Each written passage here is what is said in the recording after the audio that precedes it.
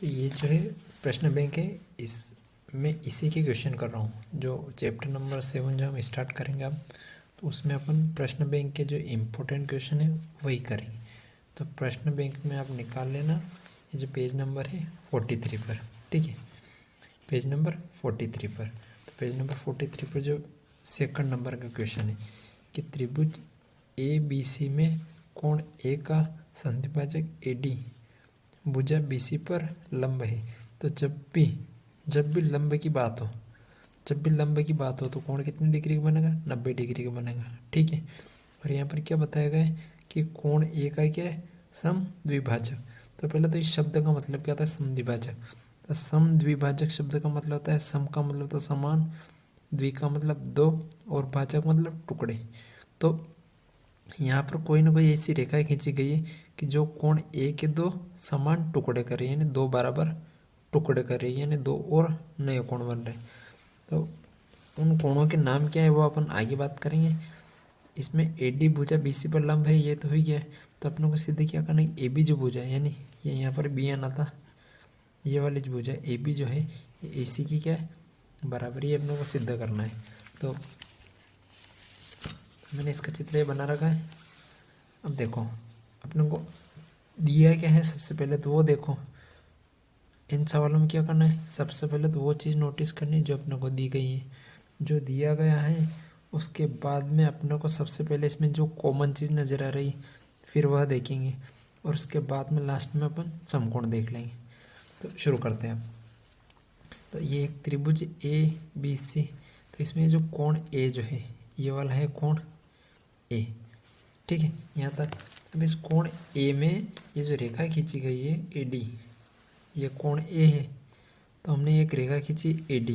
तो इस रेखा को जब खींचा ए डी को, तो यहाँ पर दो टुकड़े हो रहे इस पूरे कोण के। एक ये वाला त्रिभुज बन रहा है, दूसरा ये वाला त्रिभुज बन रहा है। तो इन दोनों त्रिभुजों में क्या खासियत है कि ये त्रिभुज का ये कोण और ये त्रिभुज का ये कोण दोनों के आपस में बराबर है, ठीक है। तो दो त्रिभुज कौन से बन रहे हैं, पहले तो हम उनके नाम लिख लेते हैं। तो दो त्रिभुज कौन से हैं?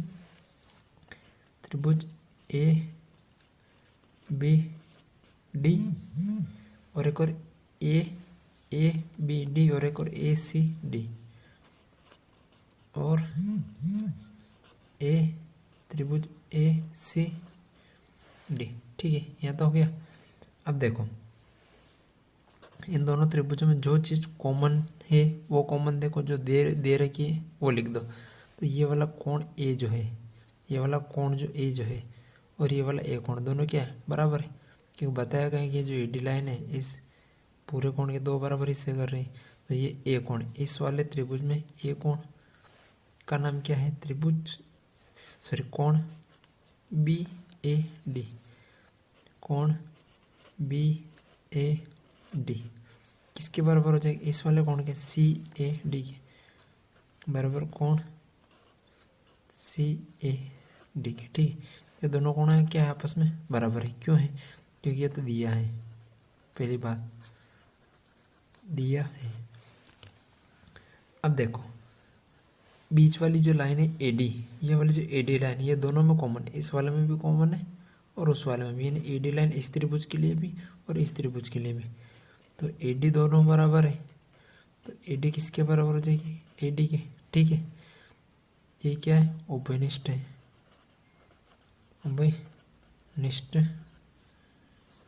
उभयनिष्ठ भुजा लिख दो इसको। तो पहले कोण बराबर होता है जो कि दिया गया था, फिर भुजा जो अपने को नजर आ रही है कि कॉमन है वो लिख दिया। अब देखो मैंने शुरू में बताया कि जब भी एक रेखा के ऊपर दूसरी रेखा को लंब डाला जाता है तो कितने डिग्री कोण बनते हैं? 90 डिग्री के। तो ये कोण कितना है? 90 डिग्री। तो ये भी कितना हो जाएगा?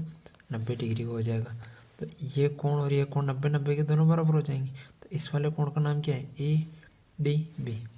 तो कोण ए डी बी बराबर ए डी सी, कोण ए डी सी, ये दोनों आपस में क्या हो जाएंगे? बराबर हो जाएंगे। क्यों हो जाएंगे बराबर? क्योंकि दोनों क्या है? 90 डिग्री के, 90 डिग्री के है, ये दोनों बराबर हो जाएंगे, ठीक। तो अब देखो अपने क्या क्या चीज़ बराबर बताए। पहले इन दोनों कोणों का बराबर बताया, फिर इस वाली भुजा को कॉमन बताया और आखिर में इन दोनों कोणों को बराबर बता दिया। यानी कौन सी सर्वांग समता लगाया अपन ने, पहले कौन सी सर्वांग पहले क्या लिया अपन ने, एंगल लिया, फिर भुजा ली, पहले एंगल लिया, फिर भुजा ली और फिर एंगल लिया। तो एंगल साइड एंगल सर्वांग समता, सर्वांग समता से क्या होगा, एंगल साइड एंगल सर्वांग समता से ये त्रिभुज और ये त्रिभुज आपस में क्या हो जाएंगे, सर्वांग सम हो जाएंगे। तो इसके बाद का मैं यहाँ लिख रहा हूँ, तो त्रिभुज A B D, A B D और ये सर्वांग सम किसके होगा, ए बी डी किसके सर्वांग सम होगा, ए सी डी के, त्रिभुज ए सी डी ये दोनों सर्वांग सम है। ठीक है, जब दो त्रिभुज सर्वांग सम होते हैं तो उनका हर एक भाग क्या होता है, बराबर होता है। तो वही जब अपने को लिखना है। तो देखो इस वाले त्रिभुज की ये भुजा और इस वाले त्रिभुज की ये भुजा भी क्या हो जाएगी, आपस में बराबर हो जाएगी। तो ए बी बराबर ए सी हो जाएगी, ए बी बराबर ए सी क्यों हो जाएगी, यहाँ लिख देना, सर्वांग सम त्रिभुजों के संगत भाग बराबर होते हैं। सर्वांग सम त्रिभुजों के संगत भाग क्या होते हैं, बराबर होते हैं। ठीक है, तो बस यहीं तक सिद्ध करना था, क्योंकि अपने को सवाल में पूछा गया था कि ए बी बराबर ए सी अपने को सिद्ध करना। तो ए बी बराबर किसकी हो गया, ए सी हो गया। इसी को सर्वांग सम त्रिभुजों के संगत भाग बराबर होते हैं, इसी को शॉर्ट में लिखते हैं CPCT। तो ये याद रखना, ठीक है। और CPCT का मतलब ये होता है, ठीक है। तो अब अपन अगले सवाल की तरफ बढ़ते हैं। अब जो ये 13वां नंबर का सवाल है, जो कि अपने आज के लिए दूसरा सवाल है। तो इसमें क्या कहा गया, जो कि बहुत ज़्यादा इम्पोर्टेंट है, मेरे को लगता है कि पार्ट 7 में, यानी ये जो चैप्टर नंबर 7 है, इसमें सबसे इम्पोर्टेंट सवाल यही है। दर्शाइए कि समबाहु त्रिभुज का प्रत्येक कोण कितनी डिग्री का होता है, 60 डिग्री का होता है। ये अपने को सिद्ध करना है, ठीक है। तो सबसे पहले लाइन क्या ध्यान रखनी कि दिया क्या है कि समबाहु त्रिभुज, त्रिभुज कौन सा है, समबाहु त्रिभुज। तो हमें एक ऐसा त्रिभुज बनाना है जिसकी सभी भुजाएं क्या हो, एक समान हो, ठीक है। तो मैंने ये बना रखा है, यहाँ पर एक त्रिभुज है जिसकी सारी भुजाएं क्या है, एक समान है, ठीक है। अब अपने को इसमें बताना है कि इसका प्रत्येक कोण क्या है, 60 डिग्री है, ये अपने को सिद्ध करना है। तो देखो ये समबाहु हुए, तो ए बी बी सी और ए सी सब भुजाएं क्या है, समान है। तो दिया क्या है, दिया है त्रिभुज ए बी सी, कौन सा त्रिभुज है, समबाहु त्रिभुज है, ठीक है। समबाहु त्रिभुज है, यानी ए बी बी सी और ए सी सब आपस में क्या होगी, बराबर होगी। तो बस लिख दो ए बी बराबर बी सी बराबर सी, ठीक है, ये लिख दिया। उसके बाद सिद्ध क्या करना है, सिद्ध करना है अपने को, सिद्ध क्या चीज़ करनी है, अपने को सिद्ध क्या करना है, प्रत्येक कोण कितने डिग्री होता है, 60 डिग्री का। यानी कोण ए बराबर कोण बी बराबर कोण सी सब कितने डिग्री के होंगे, 60 डिग्री। ये अपने को सिद्ध करना है, ठीक है। तो ये हो गया। अब अपन सवाल की तरफ बढ़ते हैं, ठीक है। तो देखो ए बी किसके बराबर है, ए बी बराबर है ए सी के। तो जब ये दोनों भुजाएं बराबर है तो इनके समूह कोण भी क्या होंगे, बराबर। तो इस भुजा के सामने वाला कोण ये और इस भुजा के सामने वाला कोण ये वाला, ठीक।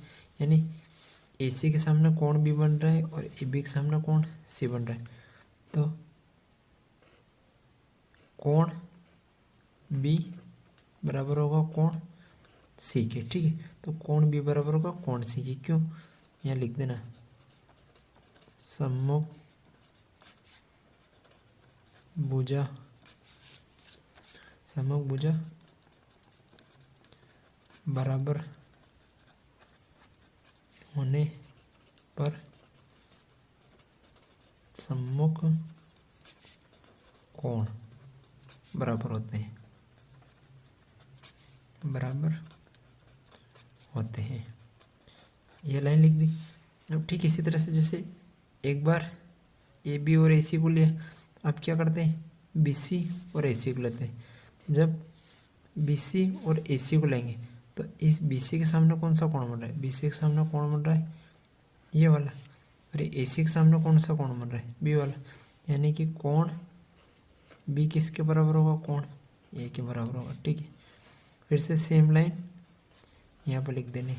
ठीक है, तो क्या किया अपन ने, पहले इन दोनों भुजाओं को लिया, फिर इस और इसको लिया। अब की बार क्या करेंगे, बी सी के साथ में ए बी को ले लेंगे। जब बी सी के साथ में ए बी को लेते हैं तो ए बी के सामने कौन सा कोण बन रहा है, सी कोण, और ए बी के सामने कोण सी बन रहा है और बी सी के सामने कोण ए बन रहा है, कोण ए, यानी ये दोनों भी आपस में क्या होंगे, बराबर। क्यों होंगे बराबर, तो कारण ये एक समूह भुजा बराबर होने पर समूह कोण भी बराबर होते हैं। ठीक है, यहाँ तक समझ में आया। अब देखो तीनों कोण आपस में क्या हो गए, बराबर हो गए, है ना। ठीक है, तो तीनों कोण जब आपस में बराबर हो गए तो तीनों कोणों का योग कितना होता है, 180 डिग्री। तो कोण ए प्लस कोण बी प्लस कोण सी कितना होता है, 180 डिग्री होता है। और कोण ए बराबर सी है, कोण बी बराबर सी और कोण बी बराबर किसके है, सी, यानी कोण ए बराबर कोण बी बराबर कोण सी है। ठीक है, सब बराबर आपस में, तो या तो सबको एक ए में बदल दो या कि सबको बी में बदल दो या सबको सी में बदल दो। तो इसके बाद का मैं यहाँ लिख रहा हूँ, तो क्या होगा, कोण ए की जगह बी की जगह और सी की जगह सबकी जगह अपन ए लिख देंगे। तो तीनों को जोड़ने पे कितना आएगा, 3, कोण ए बराबर 180 डिग्री, 3 से 180 कटेगा 6 और 0 60 बार। तो कोण ए बराबर कितना है, 60 डिग्री। ठीक है, कोण ए बराबर कितना है, 60 डिग्री। और कोण ए कोण बी कोण सी तीनों बराबर, तो कोण ए 60 आया तो कोण बी भी कितना आएगा, 60 डिग्री। और कोण सी भी कितना आएगा, 60 डिग्री। तो ठीक ये हो गया इसका सिद्ध काम। ठीक, तो मिलके तीनों कोण बराबर 60-60 डिग्री। तो ये इस तरह से इसको हल करना है, काफ़ी ज़्यादा सरल भी और काफ़ी ज़्यादा इम्पोर्टेंट भी है। अब जो करेंगे अपन ये वाला सवाल, ठीक है, जो कि 3 नंबर का आता है। तो ये क्वेश्चन और ये क्वेश्चन दोनों बिल्कुल सेम है, कुछ भी अंतर नहीं, बस फर्क क्या है, किसमें अपने को क्या दिया था, कोण ए का संधिभाजक दिया था और अपने को यहाँ क्या दी थी, 2 भुजाएं बराबर दी थी। अब की बार अपने को कोण बराबर बताना है, पिछली बार अपने को 2 भुजाएं बराबर बतानी थी और अब की बार अपने को क्या बताना है, 2 कोण बराबर बताने हैं। ठीक है, तो मैं इसको रख रहा हूँ साइड में। तो देखो इसका चित्र मैंने बना लिया है। तो त्रिभुज ए बी सी एक सम द्विबाहु त्रिभुज है, ये लाइन अपने को पहले बता दी गई है। कौन सा त्रिभुज है, सम द्विबाहु त्रिभुज, यानी ये भुजा किसके बराबर हो जाएगी, इसके बराबर हो जाएगी। ठीक है, अब अपने को सिद्ध क्या करना है, कोण बी जो है वो किसके बराबर है, कोण सी के बराबर है। ठीक है, तो देखो अपने को ये भुजा इसके बराबर तो दे दी गई है और ये वाला जो कोण है, कोण बी जो है ये कोण सी के बराबर अपने को सिद्ध करना है। जैसे देखा जाए तो बराबर कोण है, तो ये अगर भुजाएं बराबर है तो इनके समूह कोण भी बराबर हो जाएंगे, तो डायरेक्ट पता चल रहा है। लेकिन चूँकि सिद्ध करना है, तो सिद्ध करना है तो उसी हिसाब से लिखना पड़ेगा। तो अपने किया कि ए पी क्या डाला, एक लंब डाला, तो इसे यहाँ पर लिखना पड़ेगा कि ए पी जो है ये कौन सी भुजा पर लंब है, बी सी पर, तो ए पी लंब है बी सी पर। ठीक है, ये लाइन लिख दी। अब देखो जैसे ये लंब डाला तो 2 त्रिभुज बनेंगे, एक ये वाला त्रिभुज दूसरा ये वाला त्रिभुज। ठीक है, तो 2 त्रिभुजों का नाम लिख दो। तो त्रिभुज ए बी पी और त्रिभुज ए सी पी में, त्रिभुज ए सी पी में। ठीक है, 2 त्रिभुज हो गए। जो चीज़ें आपको बराबर दी गई है उनको लिख दो बस, और कुछ नहीं करना। तो ए बी पी और ए सी पी दोनों त्रिभुजों में जो बराबर दिया गया है वो लिखो। तो सबसे पहली चीज़ क्या बराबर दी गई है, सबसे पहली चीज़ दी गई ए बी बराबर है ए सी, तो ए बी बराबर है ए सी, ये दिया गया है, दिया गया है। ठीक है, अब देखो, और ए बी बराबर इससे, और ये जो ए पी लाइन है, ए पी लाइन दोनों त्रिभुजों में कॉमन है, इधर भी है और इधर भी। तो ए पी बराबर ए पी है। ठीक है, तो क्या है ये, ओबेनिष्ठ भुज है, तो लिख दो भाई ओबेनिष्ठ भुजा, ये क्या है, ओबेनिष्ठ भुजा है। ठीक है, अब देखो दो चीज़ें बराबर बता दी। अब इसमें जो ये वाला कोण बन रहा है, जब भी एक भुजा के ऊपर दूसरी को लंब डाला जाता है तो ये जो कोण बनते हैं 90 डिग्री के बनते हैं। तो इनका नाम बता दो बस, ए पी बी। तो कोण ए पी बी किसके बराबर हो जाएगा, A P B A P C के बराबर, ए पी सी के बराबर हो जाएगा। क्यों हो जाएगा, क्योंकि 90 डिग्री के कोण है। ठीक है, ये दोनों कौन से कोण है, 90 डिग्री के कोण आपस में। ठीक है, या इनको बराबर करके बराबर 90 डिग्री कोण, यह तो हो गया। अब देखो इसमें अपने क्या क्या चीज़ बराबर बताइए। ठीक है, और एक और चीज़ इसमें ध्यान रखना कि जैसे ये ए बी जो है, ए बी किसके बराबर होता है, ए सी के बराबर होता है। तो ये ए बी जो है इस वाले त्रिभुज के लिए कर्ण है, और ए पी सी, ठीक है, इस वाले त्रिभुज के लिए ये कर्ण है। ठीक है, तो यहाँ नहीं भी लिखोगे तो कोई दिक्कत नहीं, लिख दोगे तो अच्छी बात है। ये कौन सा था आपका, कर्ण था। तो इसमें क्या लिया अपन, कर्ण ली, फिर भुजा ली, और फिर कोण लिए। तो इसमें कौन सी सर्वांग समतल आ गई, आर एच एस, जिसको बोला जाता है समकोण